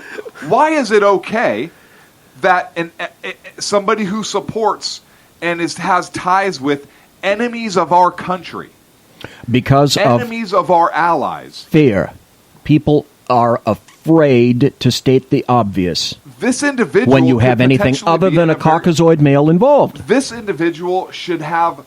This guy should not be allowed to hold office. He should be precluding from holding office because, given those ties, he clearly cannot meet his oath of office to faithfully defend and execute the laws of the United States or the Constitution of the United States against all enemies, foreign and domestic. The Muslim Brotherhood is an enemy of the Constitution of the United States. Well, and here's Carrie Donovan in the chat room brought up a really good point. Part of the problem with Ellis is that when if Trump declares the Muslim Brotherhood a terrorist organization, the left will scream that it is only at that point to punish the DNC chairman. It has nothing to do with their activities, and the media will follow suit on that. And I think that's a great look into the future. But it is. But here's the thing about that. The Muslim Brotherhood, there is so much evidence that Trump would be able to point to where that segment of voters that left the Democratic Party and went to Trump would identify with. I could make that case all day long. And I'm not nearly as smart as Donald Trump. Well, here's an article in Politico from 2 days ago. It says Soros bands with donors to resist Trump take back power. Major liberal funders huddle behind closed doors with Pelosi, Warren, Ellison, and union bosses to lick wounds and retrench. George Soros and other rich liberals who spent tens of millions of dollars trying to elect Hillary Clinton are gathering in Washington for a 3-day closed-door meeting to retool the big money left to fight back against Donald Trump. They are doubling down. They are. And this man, like you said, he has ties to Louis Farrakhan. Yes. Calypso Louis, as Danny Butcher likes to call him. He compared George Bush to Hitler. Well, and here's the other thing, too, that's really scary about the left and how blind they just are to reality. You have President-elect Donald Trump, who a lot of people in this country had serious disagreements with. And as many people voted for him for what they thought would be good for the country, how many people voted for him because it wasn't the left? And that his options, even though they may not agree with him on a lot of things, were better than them, and they've been getting slapped in the face. So the Dems have to realize that there is a percentage of people that not Donald Trump's actions got them to vote for Donald Trump, but Hillary Clinton and the left's actions forced them to go to Donald Trump. So they're literally chasing the GOP. And here's the thing. Donald Trump has and we said this on election night, Donald Trump has the ability to really, really solidify his place. He has the potential to be a great president. We completely concurred, all three of us. Absolutely. Election night, if. Yes. Good question from Joe, and I don't know the answer. Was the Muslim Brotherhood classified an enemy of the state prior to the Obama administration? Because they do remove a lot of... they do, and I'm going to say I don't know. I don't either. Because I don't know if the Muslim Brotherhood really sprung up as a result of the Arab Spring. Right. Yeah, but it's been in place for years, but its popularity came out. Right. So, look, here's what I really find trouble about Ellison. Here, a quote from his DNC speech in Philadelphia. Quote, "Bernie sparked the beginning of a revolution, y'all. Together we call for climate justice, racial justice, and wage justice. Bernie sparked the beginning of a revolution, y'all. The beginning of a revolution. When the left talks about revolution... That's bad. They're not talking about revolution in an ideological sense. No. They are talking about revolution in a very physical, a very real sense. And if you need evidence of this, take a look at the protests that are happening. Yep. Take a look at how they have conducted themselves. And I'll tell you, there was a couple stark contrasts that I saw in downtown Sacramento after the election, the day following the election. There was one group that came downtown Sacramento. They were from a very left-wing organization. There was about 50 of them or so, and they conducted themselves in a very professional way. They were somber. They talked about their disagreement. They talked about their disappointment with how the election went. They stated their case, and they went along their business. And believe it or not, I believe that group was from, I talked to one of them. I believe they were from MoveOn.org. Mhm. Okay, a very left-wing organization, but they conducted themselves. On that same night, there was a protest in downtown Sacramento at the federal building, and the protesters there took over the streets. Yep. They went on a march through downtown, and I'm watching this. I'm watching this happen, and they went on this march. They were causing a lot of they didn't have a permit. They weren't violent, but I'm surprised they didn't go up on the freeway and try and cause havoc up there, which they ended up doing. I was going to say, a couple days later. Didn't they attempt to shut down 80 there? Yeah, they did. I read a news article where they were attempting to shut down a major freeway. Yep. And so, look, and you look at the riots and the law enforcement vehicles and everything, the looting, not the loot, but the vandalism and so forth. When they talk about revolution, they mean it in the very real, the very physical sense of the word. And this is why I have serious reservations about this Ellison individual. Mm-hmm. Barack Obama told us very clearly before he was elected on his first term, we are a couple days away from fundamentally transforming the United States of America. He meant that. And he did. And he did. Hopefully some of it can be undone. Ellison is talking about a revolution that was started. And given his ties, I believe him. And nobody is paying attention to this. Sean talked earlier about the purge and how there is a movement that believes that should happen. That's the revolution. Do you guys remember the Levi's commercial where they talked about being the uniform of the revolution? And it was people dressed in Levi's and black clothing and waving the flag, and it was that protester. If you haven't, check it out. I highly recommend. No, I haven't seen that one. I highly recommend you search it.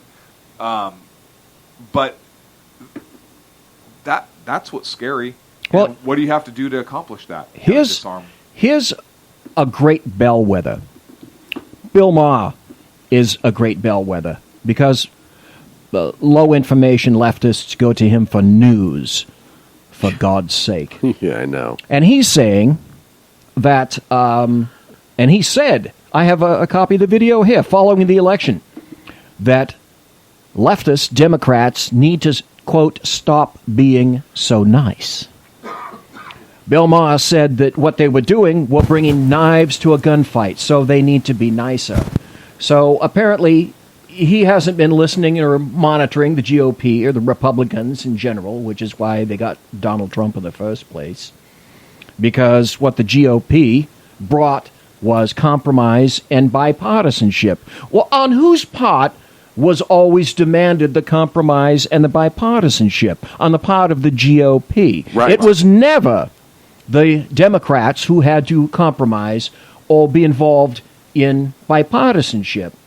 So what conservatives and everybody else need to do is listen up. Listen to what these people are saying. Pay attention to what they're doing. The Democrats have to stop being so nice. That's called a clue. Right. When we thought that Democrats were being oppressive, they thought they were being nice. Yep. And double down, double down, double down. And so that's exactly what they did. They just doubled down. And they're not ashamed of saying it. So, ladies and gentlemen, we have just stepped through a massive door where I'm simply suggesting this is the new normal. If you think things are going to get less polarized, I don't believe so. It's going to get worse. On the other hand, here's my feeling.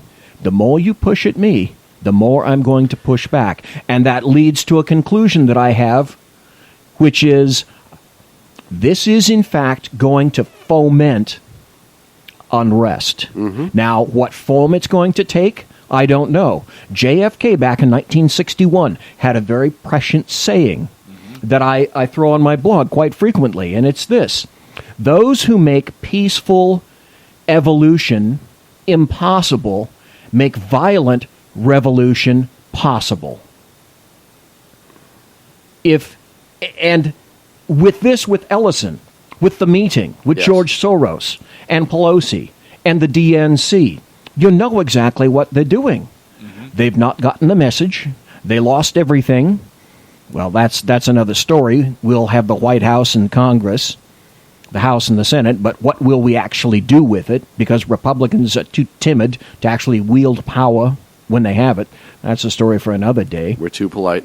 But we have the power now, and they don't get it. Well, and that does not bode well for common sense. But here's the analysis. I kind of look at it this way. They know, in a way, that they may never have power again if they keep going the way they're going. Legal power, appropriate power, elected power, electoral college, etc. So what do? You burn the system down and take the power. And you do that through these series of riots, these series of... You keep going, like you said, is going to happen. You keep fanning those flames of hate, and you whip everybody into a frenzy and move on. Before we go to break, just follow up on a couple comments we made earlier the evening. We, per the Exceptional Conservative, America has never called the Muslim Brotherhood or put them on the terrorist list. However, Canada and the United Arab Emirates do have them on their terrorist watch list. So and Canada they started and in the UAE. They started in 1928 in Egypt. The Muslim Brotherhood, 1928. Yes.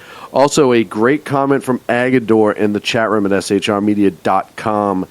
Talking about the left and compromise. The left never compromises. Nope. End of list, end of story. No.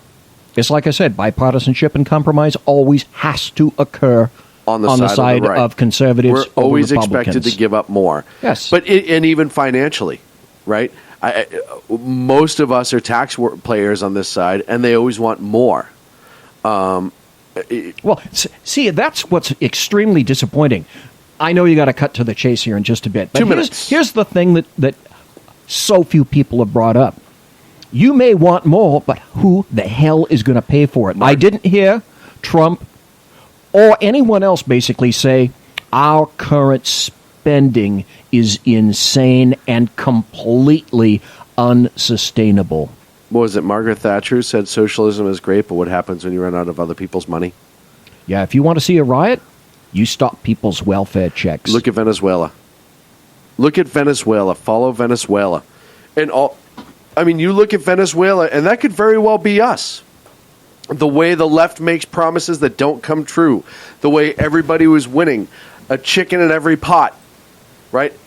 Everybody, we have the oil, we have the money, we're going to do everything we can. Venezuela is 10 years ahead of us if we stay on this path. Maybe less. I'm being nice. Now, you mix that with the refugee problem and what's going on in Europe. 5 years of us. 10. Those two, we're going to get a perfect storm of things that will start to twist up. It's coming. And it's very, very frightening. We are up against the last break of the evening. When we come back, we have more crap to talk about here on the Sackheads Radio Show live on the SHR Media Network. Stick around. Conservative media done right. You're listening to the SHR Media Network.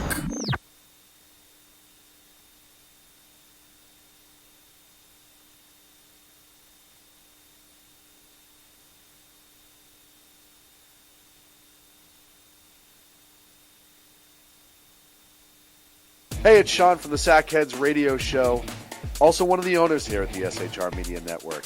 Are you opinionated? Have you ever wanted to do your own show? Have you ever heard somebody like the Sackheads and go, yeah, I could probably do that better?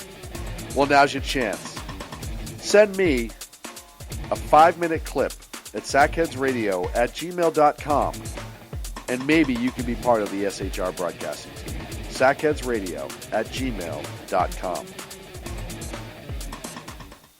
Times are dark.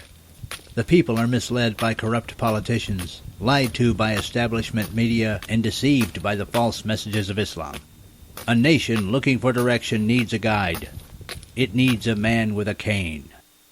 I'm Dave Milner.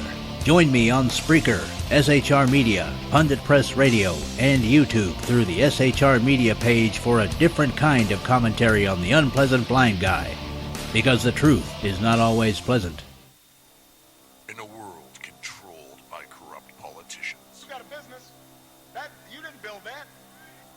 a team of ordinary men emerge from the ashes to give voice to the voiceless and hope to the hopeless. Sackhead Sean, Dude, I'm not saying Kaufman was stupid, bro. Sackhead Clint, All good friends of ours usually show up drunk. also starring Sacco as the producer. I'm a little bit drunk, I'm a little bit drunk, 'cause I'm drinking. They are the Sackheads Radio Show. Every Wednesday at 8 p.m. Pacific on SHRmedia.com. The bloviating Zeppelin. He's big-footed enough radio shows to last a lifetime, courtesy of Sean, Clint, Ken, and Jersey Joe.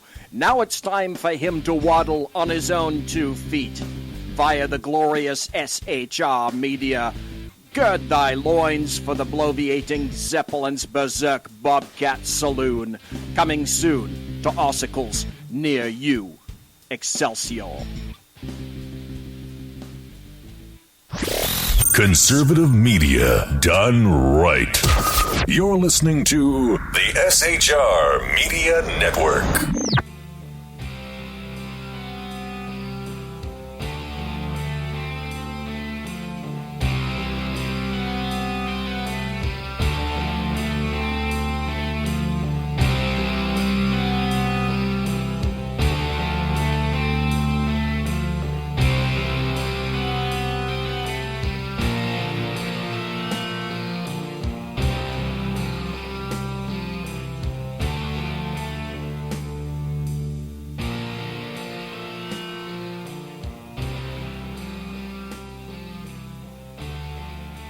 And welcome back to the Sackheads Radio Show live on the SHR Media Network. Thank you so much for joining us this evening. And because every once in a while we want like them to that feel music. I do like that music. I like it. I think it's nice and new. It's Yes. different. It's fresh. But every once in a while, because we want him to feel good and he's part of the team and everything, BZ wants to bring up a topic, and we figured, Why the hell not? He's been pretty good, right? Right. He's been okay. He's been all right. He's minded his manners all night. Not that good, mind you. But he's been all right. He's been okay. Let's harken back to last Tuesday. And, ladies and gentlemen, you remember when John Podesta came out, and it looked like Hillary's campaign was going down the tubes rather rapidly. And all night, perhaps some of you were wondering, well, I wonder what happened to Hillary Clinton. And then why did John Podesta come out and make this lame-brain statement about, well, you can all go home now, and we'll contact and we'll speak again tomorrow. The most bizarre. That was ever. that not one of the strangest No, actually, it fit perfectly. speeches? It did. It shouldn't have. But it Jesus. did. I was not surprised at all. Well, it's leading to my point. Because the Clintons imploded, and I have some information about why it is that we just did not see Hillary on election night. From the UK Daily Mail, which is where I get a lot of my news these days, since you can't trust the American media maggots. Days before losing the election, Hillary and Bill had a screaming match over who to blame for her flagging campaign. The ex-president was so angry he threw his phone off the roof of their Arkansas penthouse. Bill and Hillary had a vicious fight over the phone over who to blame for her sagging poll numbers, a source close to the ex-president says. Wait, Bill and Hillary had a fight? Oh, did they ever. Hillary blamed FBI Director Comey for reopening the investigation and based on Anthony Weiner's shared computer with Huma Abedin. Weiner. Bill faulted Robbie Mook, John Podesta, and Hillary herself. He claimed the three were tone deaf, Clint, about exactly what you were saying, about the feeble economy and the impact on millions and millions of working class people. And a big part of Bill's anger towards Hillary was the fact that he was sidelined during the entire campaign by her advisors. Bill didn't buy the excuse that Comey would cost Hillary the election, said the source.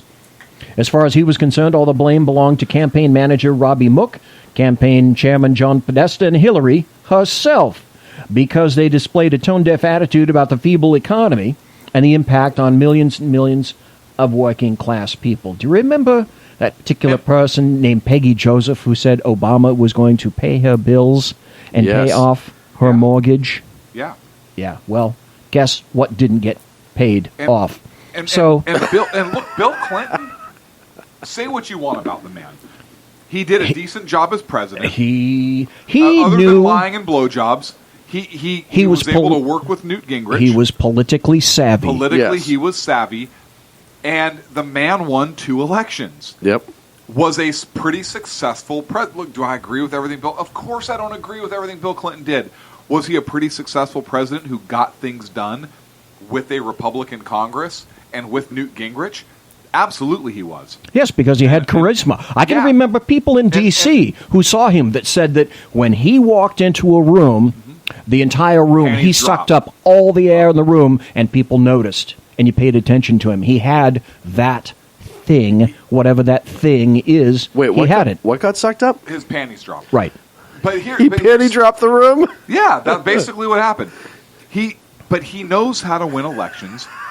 He knows politically what to do. He's politically savvy, like you said. Yes, he is. He knows how to come together and not be divisive. He does. And his wife didn't listen to him, or somebody didn't listen to him and give him an active role. Because if he would have been the campaign manager, if Bill Clinton would have run that campaign, the Clintons could have won. You must have been looking over my head, because that's the next paragraph. No, I'm not. Look, he would if Hillary Clinton would have acknowledged the economy, if she would have acknowledged if she would have acknowledged where Obama's failings had been, if she would have acknowledged the things that Donald Trump acknowledged, and had an alternative and heard the American people instead of bowing to the left because of how good Bernie Sanders did. Bernie Sanders didn't do that well because of his far left positions. He did that well because he was something different. Well, then Hillary Clinton would be the president-elect right now. Mm-hmm. You nailed it, because the very next paragraph on this said, Hillary wouldn't listen. She told Bill that his ideas were old and then he was out of touch. In the end, there was nothing he could do about it, because Hillary and her people weren't listening to anything he said. Yeah, her vagina's old and is not touched. But maybe it is. And so what was she doing that night? What happened? Why didn't she come out? Video confirms Hillary Clinton drunkenly attacks Podesta and Mook on election night. Really? Wait a second, is this true or is this real? Yes. No, this is true. I've heard this from numerous places. It gets better. This person writes, my friend is a trustworthy reporter, and I put in their oxymoron, who often sees anti-Clinton stories spiked. Not everybody at CNN is bad. The leadership is, though. This is a respected neutral who is being silenced. A good friend of mine, sick of CNN suppressing inconvenient stories that hurt the left. Listen to this, because you were talking at the beginning of the show, Sean, about this being the new media. Guess what? This is the new media, and this is how it goes. The first honest MSM reporters, the few honest MSM reporters, have been reduced to leaking info to new media people because their corporate bosses won't let them report it. So, a friend at CNN says Hillary was in a, quote, psychotic drunken rage election night, needed hardcore meds to speak Wednesday. CNN reporter tells me Hillary became physically violent towards Robbie Mook and John Podesta around midnight, had to be briefly restrained. Hillary on election night was straight up Hitler in the bunker shite. It even included psychotic screaming about the Russians. It gets better. It gets better. The doctor helped restrain Hillary when she violently attacked Mook and Podesta at midnight. Gave sedatives, then amphetamines the next morning. CNN reporter says Hillary needed so many amphetamines Wednesday morning, she had unexpected nosebleeds all day. The fear was she'd bleed at any sort of a concession speech. That's why you didn't see Hillary Clinton. So let me ask you this. There was a fight with Bill Clinton over the phone? Yes. And so he was in Arkansas. After she realized he was right, that's when she tried to beat the shit out of Podesta? No, that was on a different day. That was totally election night. Oh. So the argument with Bill was before. Yeah, 3 days before the election. So then on election night, so Bill Clinton knew she was going to lose. Yes, I believe so. And 3 days, and so Hillary thought she had it in the bag. Bill knew she was going to lose, and then when she realized Bill was right, she tried to MMA some folks. She tried to go full MMA. Sources have told the American Spectator that on. Wait, hang on a second. I'm sorry. At what time did this happen? Was this after Ohio went down, or after Florida went down? This indicates just after midnight. So what time was that? So that had to be Eastern. That's 9 o'clock our time. Right. So what time did Florida go? Now that I don't know. Florida went about 10:30 our time. So she whooped somebody's ass after Ohio. Yeah. Because North Carolina took a while. Yes. Right? Yeah. So and they also knew at that point that North Carolina and Pennsylvania were gone. She knew it at that point. Pennsylvania didn't go for She late, knew it, though. late. Just because the press didn't put it out, she knew it. Wisconsin. You know what? That might have been when Wisconsin and Ohio went. I love how we're trying to find the smoking gun. I the do. I smoking wanna gun know is what- that she's I wanna know batshit what crazy. tipped her off.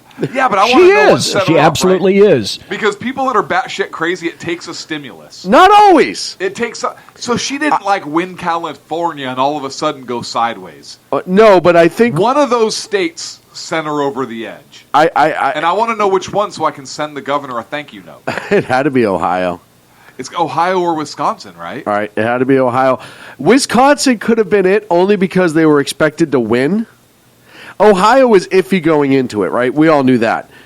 Wisconsin, she was expected to take. And maybe when she realized that everything else was going down and you lose Wisconsin, that could have been the moment that she snapped like a freaking twig.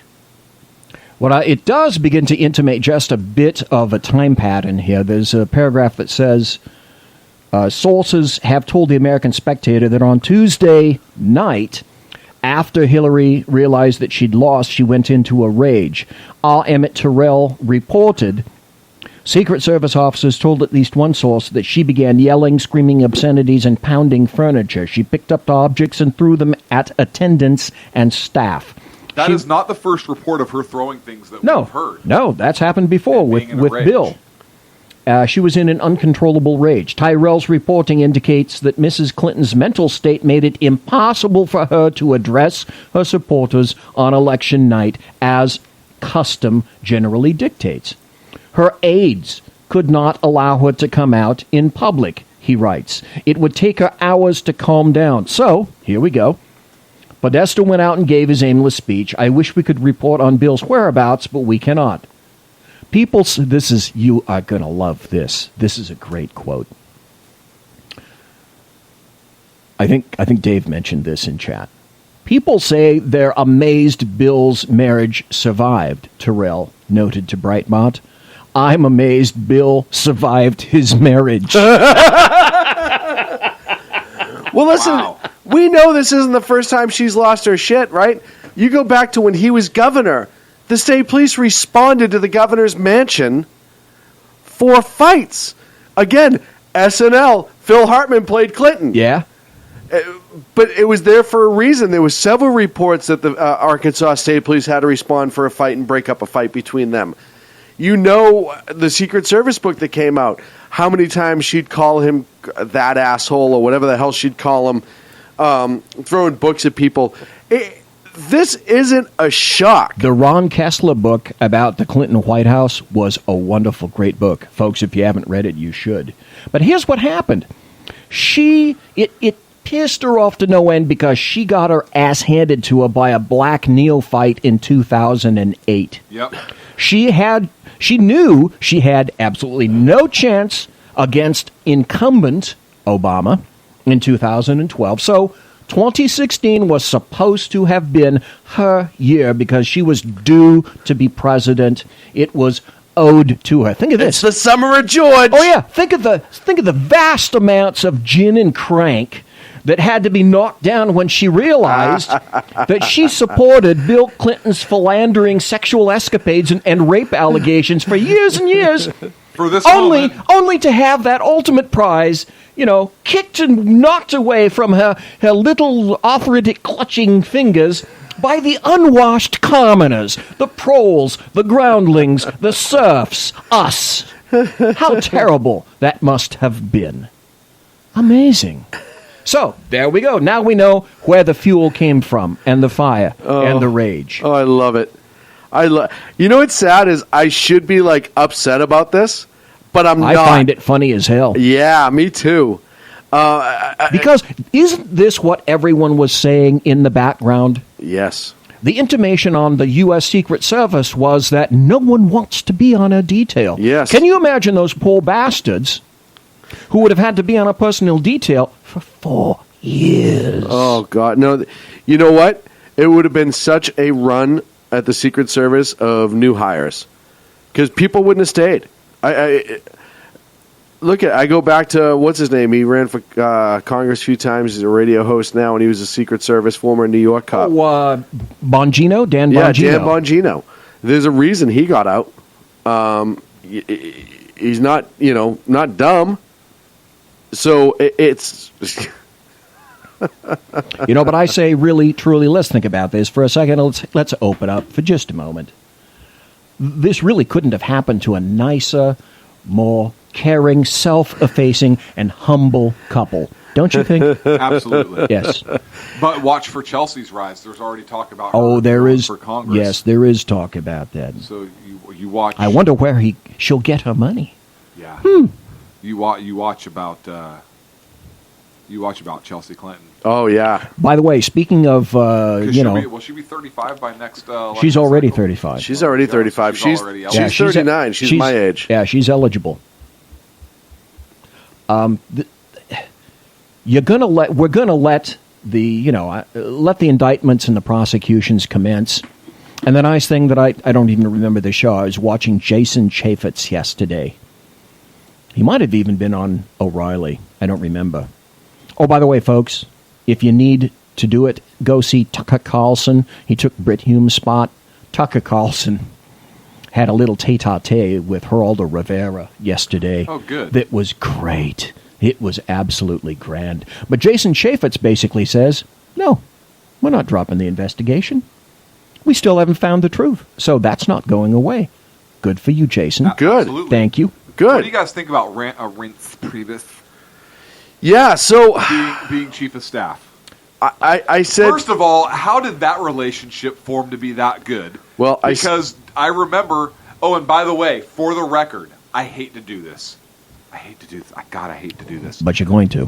But I'm going to. He's not going to. Michael Moore called the Trump victory. Yeah? I think you're right. No, he did. No, he did. He did. I hate to give Michael Moore credit because I think we are still in ideological war. And we always will be. But it's kind of like a North Korea, South Korea ideological war where we're not really firing any shots right now. But we're close. So anyways, I think he nailed that. But Reince Priebus, first of all, I think it's a brilliant pick, given the fact that he needs to work with Paul Ryan and Mitch McConnell. Brilliant pick. I said brilliant or idiotic, and I think it's no. I said my two options when I put it out on social media is brilliant or idiotic. Okay. I say brilliant, and I agree with you. It's who he has to work with, and because he is a traditional GOPer, he was the head of the party. It brings a lot of people home. Yep. But he can also do this. He also has Reince Priebus under his thumb. Yes, he does. and that means he has the ability to reach out to the people in the party who are afraid of Trump because of what he's going to say and do. And Rance Priebus can get those other people on board because his allegiance is to Trump. Yes. The Republican Party was crumbling. It was fractured until Donald J. Trump. It was. Republicans came home to vote for Donald Trump. Rance Priebus owes the survival of the Republican Party to Donald J. Trump. And got on board relatively early and stayed on board. Absolutely. Absolutely. So I think it was a brilliant pick. Now, I'm not so sure about this Breitbart guy. Bannon? Yeah. I don't know that was a good pick. Don't know much about him. Well, and here's the thing about him. I don't know. First of all, he's a strategist position, right? He's kind of like the Valerie Jarrett, if you will. It's not... but he's also... He worked at Breitbart. He doesn't seem to be a horrible guy. He's been with Trump for a long time, kind of in that position already. And Joe brought up a really good point, too. This now removes Reince from the head of the RNC and gets a new person in, which is a very, very good thing. Yeah. Maybe Ellison. I think Bannon overall is a pretty good guy. The left despises him. As soon as the left hates somebody that much, it automatically thinks that something good is going. Yeah, they're accusing him of being an anti-Semite to the point that all of the Jewish reporters at Breitbart and people who don't work at Breitbart have come out and said, "You're not even in the ballpark with this guy. He is a big supporter of Israel." He's a big supporter of Israel. He loves German culture. He has no issues with Jewish people. It's being propagated by the left. No, it's a bunch of crap. Yes. So, I mean, I don't even look at... But here's why it's not a cabinet position. It's an advisory position. That's on him. Here's why I don't say I don't know about it. I say I don't know about it not because I think this guy has done anything wrong or that I think this guy's an anti-Semite. I don't know. I think he could have made a better selection because of the press and the play that it's going to get and how it's going to get spun. And look, I have to say this too. I know we only have 6.5 minutes left. I think Donald Trump's acceptance speech was measured. It was very effective. I think it was very, very presidential. I think Hillary Clinton's public speech was also very impressive. Well, she'd sobered up by that time. It was very regardless. It was eloquent. It was well done. I think Obama's speech was well done. It was very classy. I actually watched the little when they sat together after their hour-and-a-half meeting, and Donald Trump said basically, "Hey, listen, we had a very nice conversation. We disagree on some things. We agree on some things, and I am going to be talking to President Obama several times during my presidency." Good. And I don't say good because I want him to have those philosophies. I say good for this reason. Whether I agree or disagree with Obama, and I disagree with him on most things, but he's still a president of the United States. There is still certain knowledge that he has that Trump can glean, whether it's maneuvering through the press corps, whether it's dealing with a certain foreign leader, whether it's name the issue. Yeah, Obama's already told But here's the other don't thing it acknowledge does. reporters that shout at you. But here's the other thing it does. And so gets the left media off his back a little bit because now he's saying, no. I wasn't done. But, Okay. But here, what I was going to say, and I understand that perspective, but one thing I was concerned with is because George W. Bush worked with Obama. Bush Sr. worked with Obama. Clinton worked with Obama. There is a history of our country of past presidents, regardless of party, giving insight and assistance to the sitting president. And I was concerned that Obama was not going to do that because of the divisiveness of not only this campaign, but the big divide that's in our country right now.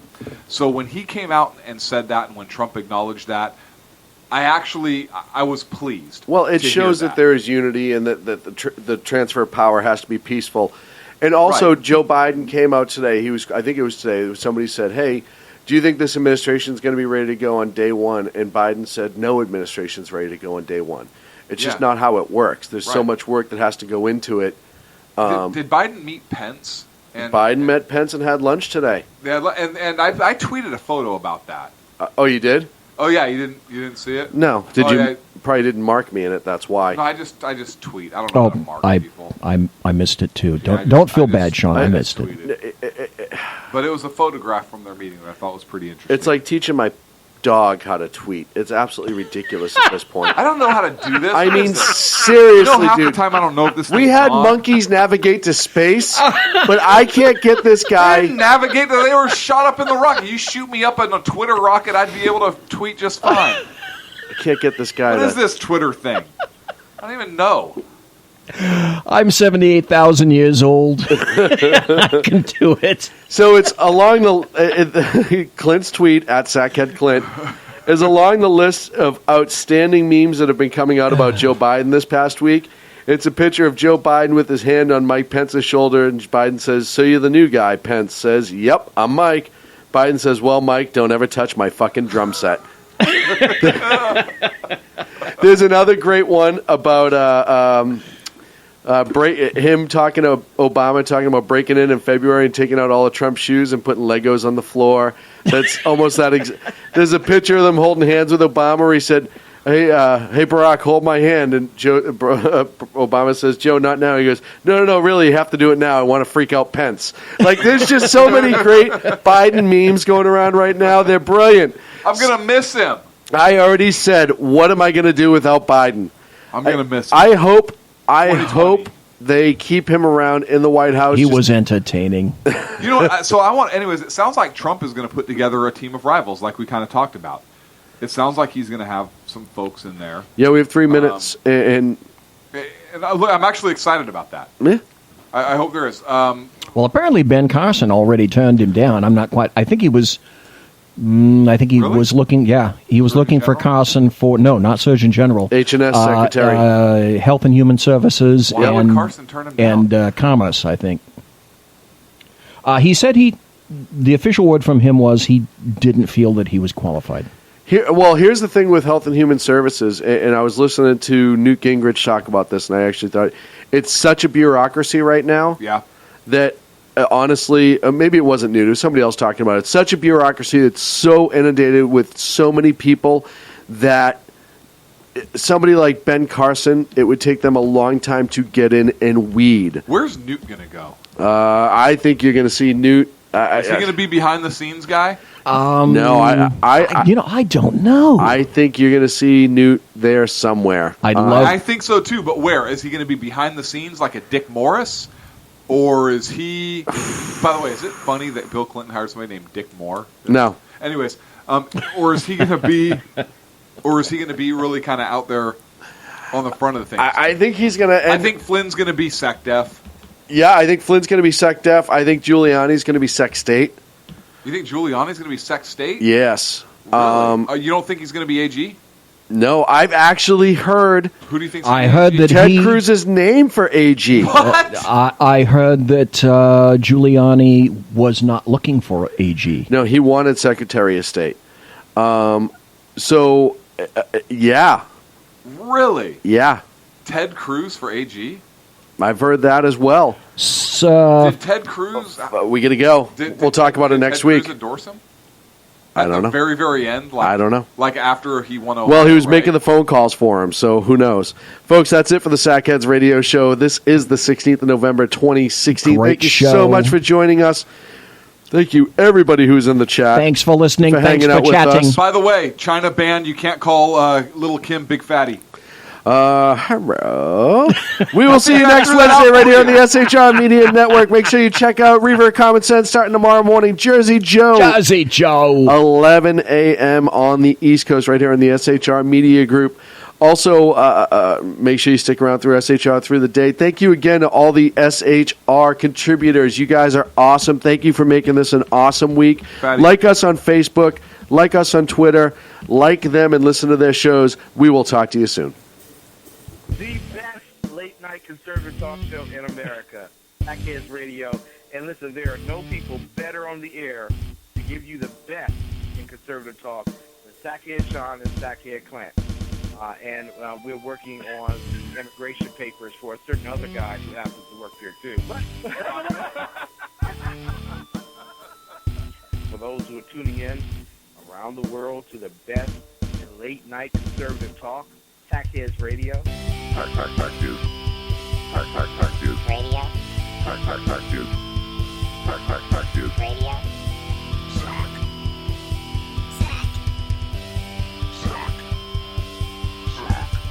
The best late night conservative talk show in America. In America.